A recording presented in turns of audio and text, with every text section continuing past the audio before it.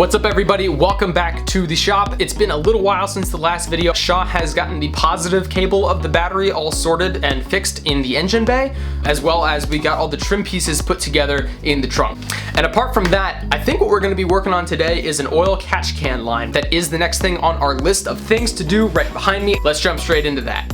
So those of you who have seen my video on the battery cable, you guys know exactly what's happening here. We rerouted the battery from the engine bay, as it used to live right here, and we needed the space for the oil catch can and the power steering fluid reservoir because we could not fit the intake in. Our intake is too big with the fluid reservoir on the pump, so we moved it over there, moved the battery to the back. Now that means we have to route the positive battery cable up here to connect to the fuse box and the starter, and that's been done right here ever so professionally by Shaw off camera. It looks absolutely fantastic. Absolutely incredible job by him. We got all 3 new terminals on it, cleaned everything up, and got it heat shrinked. Looks totally professional. He slimmed down the engine bay a little bit, did some more wire work, but as far as I'm concerned, it's totally great. Today, we're looking at the catch can.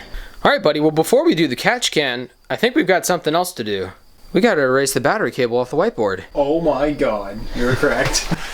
The very first item to be crossed off the whiteboard, I've got an eraser in the bag. Yeah, I was about to just smash my fingers on there, and I was like... It looks like somebody's already gone and done that, which I'm very angry about, although I know it wasn't you. Alrighty, all right. Cross it off. It's been completed. Positive fuse.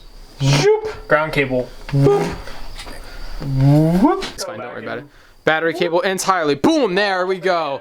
All right, now moving right down the list a little bit. Catch can, that's it. That's where we're gonna go next. Next thing down on the list. Number 2. So the first step in doing the catch can is to read these hieroglyphics. Luckily, Shaw is decoding them now on his phone. That's what he's doing. He's not on Snapchat or anything like that. He's not messing around. Okay, turns out I was totally wrong. The hieroglyphics are for the blow-off valve, not the catch can. Yep. I didn't know that because I don't know the difference because I am... Because you can't read hieroglyphics. I can't read hieroglyphics because I'm an American and don't know turbos, but luckily this man knows everything there is to know about turbos. So although we are doing the catch can tonight, we're also researching blow-off valve stuff because we don't have an intake pipe yet to connect from the turbo to the intake. So we've got to get that figured out. And when we do, we've got to drill a hole in it for the blow-off valve. Yeah. Yes. Yeah. So we can do one line of the catch can, but not the other.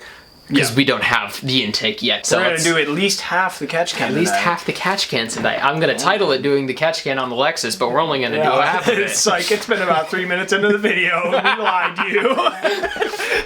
Alrighty, it's been approximately 6 minutes and we've already run into a problem. Would you like to demonstrate the problem, my dear friend? So, slight issue. This is fine.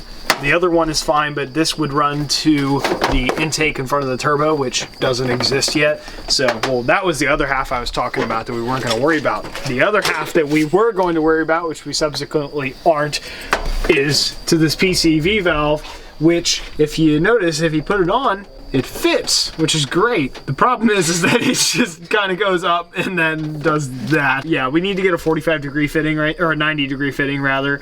And then basically 90-degree it out. That way we can run it to here and then just kind of lightly attach it along the side to here. But until we get that 90-degree fitting, there's nothing we can really do to permanently install it. So I have promptly taken use of our brand new shopping list and wrote 90-degree fitting on there because...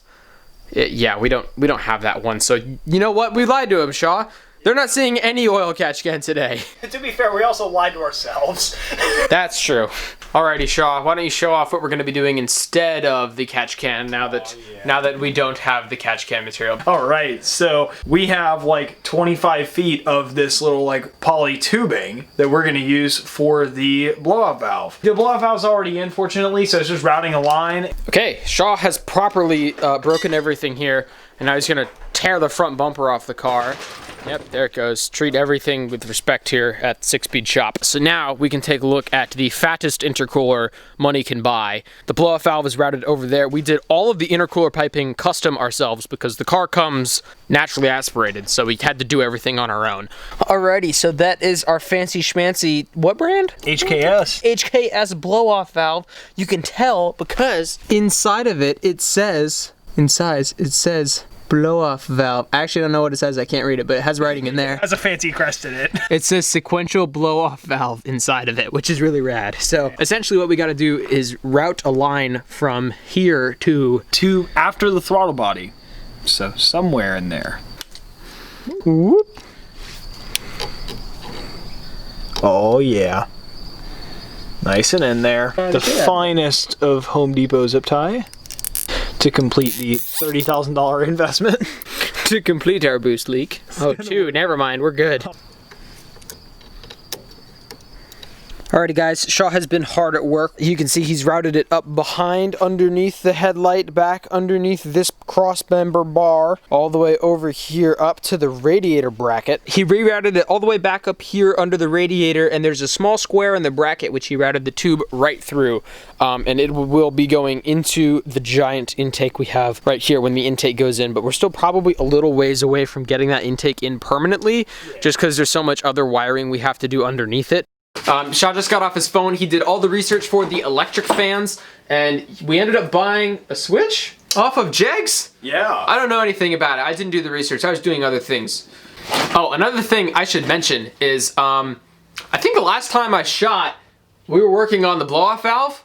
Totally switched tracks. We did some research on the electric fans. Yeah. I don't think I filmed that because we started off with doing the catch can. We got about 10% of the way through that. Didn't do that anymore. And then the blow-off valve, we got about halfway through that. And then we switched to the fans. So, oops, I forgot to mention that. Anyways, have a good night. I will see you in the next video.